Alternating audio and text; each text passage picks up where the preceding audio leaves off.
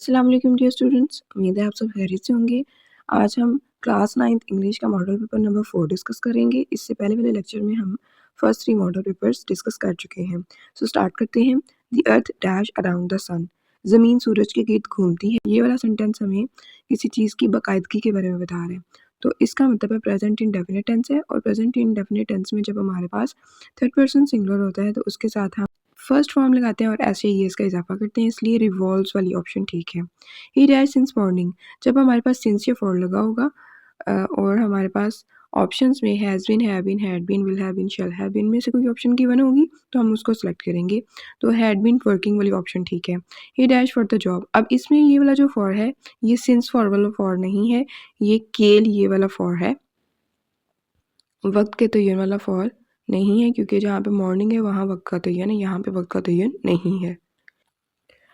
तो इसमें किसी टेंस की तो खास तौर पे पहचान नहीं गिवन। हम बारी बारी सारी ऑप्शंस को सेट करके देखते हैं।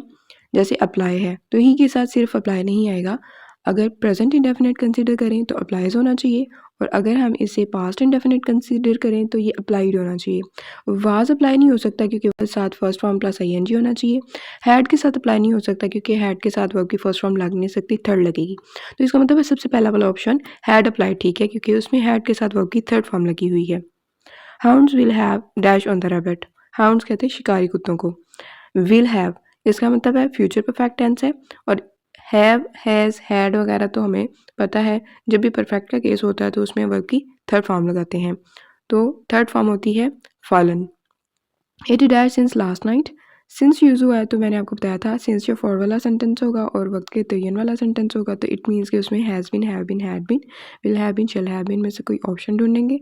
वो ऑप्शन हमारे पास हैज़ बीन रेनिंग, और उसके साथ वर्ब की फर्स्ट फॉर्म प्लस ING होता है। ट्रेडिशन सेकंड ऑप्शन ठीक है। डिक्शनरी इंक्लूसिव और अडेप्टेड के ए वाले ऑप्शंस ठीक है। फॉस्टरिंग का आपने सिनोनिम बताना है, मानी बताना है। फॉस्टर होता है हौसला अफजाई करना, फ़रोग देना, नशोनुमा करना। तो इसको हौसला अफजाई की सेंस में अगर लेंगे तो इनकरेजिंग होगा इसका राइट ऑप्शन। ग्लोबलाइजेशन का मीनिंग बताना है। ग्लोबलाइजेशन होती है आलमगीरियत, ठीक है। तो आलमगीरियत या हम आहंगी जो है वो एक ही सेंस में आता है, यानी इंटीग्रेशन। उसके बाद है इल्यूसिव, इल्यूसिव होता है मुश्किल से हासिल होने वाला। डिफ़िकल्ट टू फाइंड, इसी जगह पे इसका मिस्टीरियस ऑप्शन भी होगा तो वो भी ठीक है। उसके बाद 13 वाले में इंक्लूसिव, इंक्लूसिव कहते हैं वो चीज़ जो कि जामिया हो, जैसे कंप्रीहेंसिव, तो इसका मीनिंग जो है वो कंप्रीहेंसिव होगा। अडेप्टेड का मतलब होता है अपने आप को बदलना, मुवाफिक करना, मुताबिक बनाना, तब्दील करना। तो अडेप्टेड मतलब changed. John through the ball, अब इसमें ऑब्जेक्ट का पूछा जा रहा है कि कौन सी चीज़ ऑब्जेक्ट है। बॉल ऑब्जेक्ट है क्योंकि उस पर काम वाक़या हुआ है, बॉल ने कोई काम नहीं किया। अगर सब्जेक्ट कहते तो हम जॉन को सिलेक्ट करते।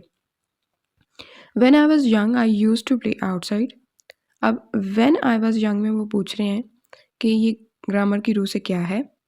इंडिपेंडेंट क्लॉज है, डिपेंडेंट क्लॉज है, कंजंक्शन है, एडजेक्टिव क्लॉज है। अगर इसको ट्रांसलेट करें, जब मैं जवान था या थी, तो इससे बात का पूरा मतलब समझ में नहीं आता। दो कि ये एक क्लॉज ही है क्योंकि इसके अंदर सब्जेक्ट भी है और वर्ब भी है। क्लॉज तो है लेकिन ये डिपेंडेंट क्लॉज है, डिपेंड कर रही है, ये इन्हसार कर रही है इंडिपेंडेंट क्लॉज के ऊपर, कि जब तक इसके साथ इंडिपेंडेंट क्लॉज नहीं लगेगी बात का मतलब समझ में नहीं आएगा। मतलब सिर्फ आपको क्लास में आके अगर एक टीचर ये कह दे व्हेन आई वाज यंग, तो इसका क्या मतलब है?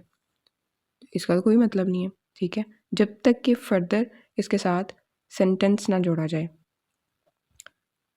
यंग से मुराद नौजवान होना, कम उम्र होना, ठीक है। तो इसलिए ये क्या है, व्हेन आई वाज यंग, तो ये क्या है, डिपेंडेंट क्लॉज है।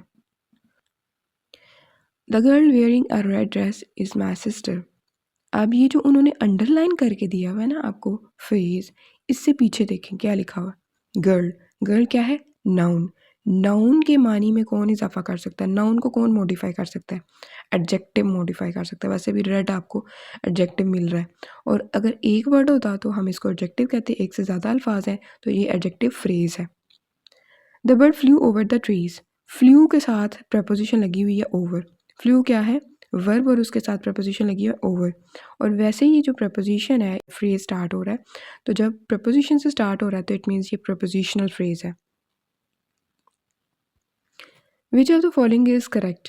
वेल नाउन, वेल नाउन जो फर्स्ट वाला वेल नाउन है उसमें हाइफन लगा हुआ है, वो हाइफनेटेड है। अगर तो आप किसी नाउन से पहले लिखते हैं वेल नाउन तो आप उसके दरमियान हाइफन लगाएंगे। अगर आप किसी नाउन के बाद लिखते हैं वेल नाउन तो फिर आप हाइफन यानी ये जो छोटी सी डैश है ये नहीं लगाएंगे। जैसे the fact is well known, ठीक है।